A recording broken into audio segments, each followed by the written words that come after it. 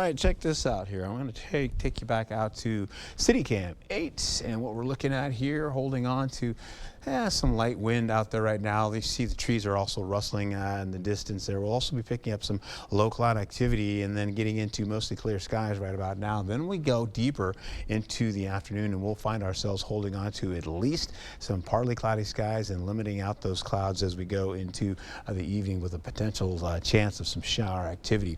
And it's about a 10% chance of that happening. Labor Day coming up soon, about 13 days from now. Then the autumnal equinox, 34 days from now. We'll also be seeing Halloween, of course, 73 degrees away from us. Then Thanksgiving is about 101 days. This year is just flying by, right?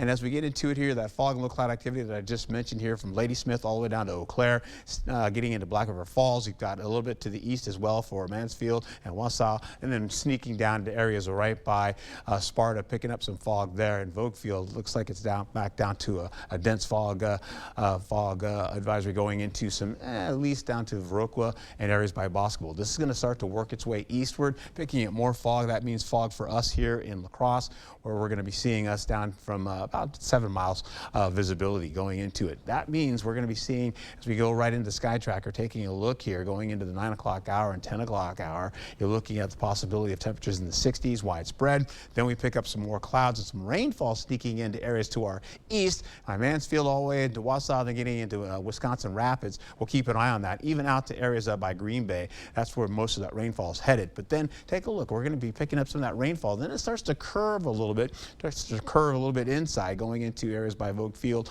possibly by near Sparta, and the rainfall getting closer to us as we go in the 7 o'clock hour. Possibly by 9 o'clock, we may get brushed briefly by a little bit of shower activity coming into the forecast for us by at least around 11 o'clock tonight. Then by going into, you can see as we go into Tuesday, picking up some more cloud cover, calling it partly cloudy skies with rainfall cutting across by the Mississippi, eventually getting closer here by Decorah and also by Preston. We could see a little bit of rainfall sneaking into the area here possibly. All right, so we have the possibility of rainfall potentially for tonight, maybe even going into tomorrow. Then we'll see drier skies throughout the afternoon, though, getting into the evening hours, the possibility of that.